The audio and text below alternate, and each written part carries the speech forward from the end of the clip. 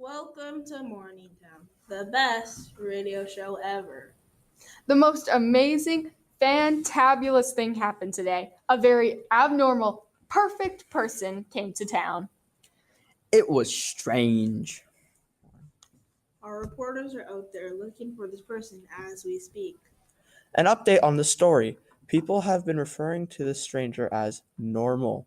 We have used extensive means to contact this man. From the interrogation, we found that his name is Alejandro.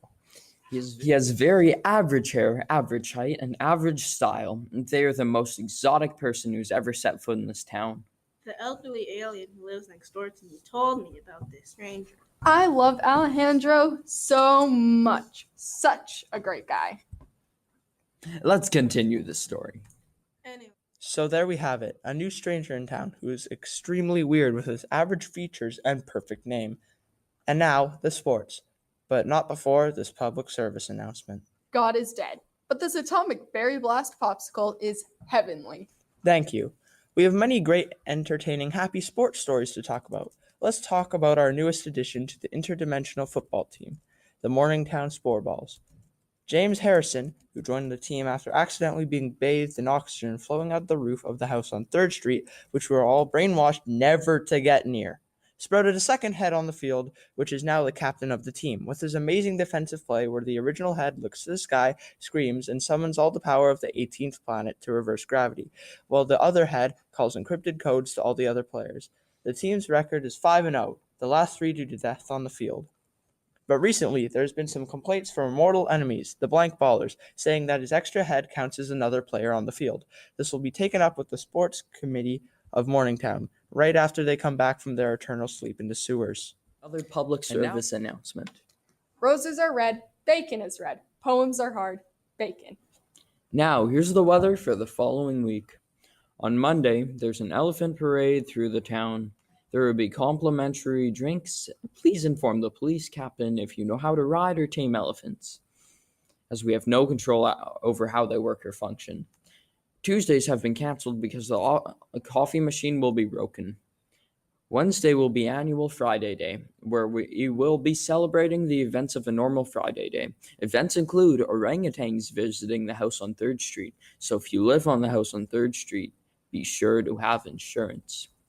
The Thursday will be sunny. Friday is opposite day, so the ice will be warm. Sunday will be the day we travel back in time. So remember, don't talk to your past self and buckle your seatbelt. On Saturday, the best preschool art piece will be nominated if it has the following attributes: animated, triangular, edible, levitating, and newly visible.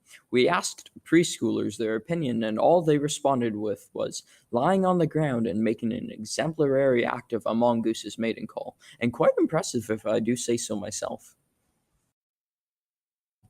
Now, a public service announcement. Roses is red, violets are blue. I can't open my mouth because I eat some glue. And now for the traffic. On Friday, the orangutans will be cleared out of 3rd Street, so it will be safe to drive there again. But I suggest avoiding that street with your cars before then, as the orangutans are very opposed to them. If you want to get to the house on 3rd Street for Friday Day, I would walk if I were you. Driving on 3rd Street before Friday may result in bloody genocide. Walking or biking is fine, though. Traffic is relatively horrible again today, with very noisy sunsets being mistaken for car horns, which causes chaos as our law-abiding citizens follow the rule that if you hear a car horn, you have to stop. Because of these sunsets being mistaken for constant car horns, no one's moved in the past 5 years. 3rd Street will be closed as the traffic lights are still cycling through an infinite amount of colors before returning to green. And now a radio drama by The Man in the Closet. John Smith woke up to the sound of his alarm.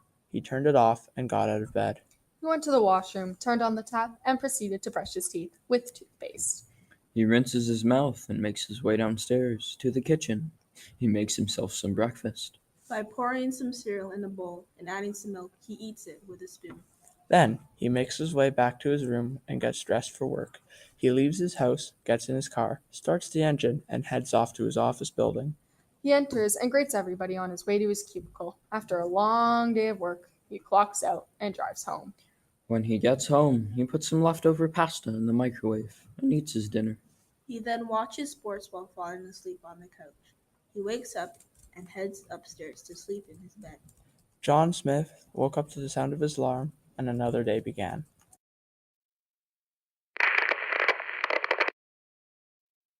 That's all from the Morningtown news team. Have a mediocre 16:78 p.m. and a good night to all.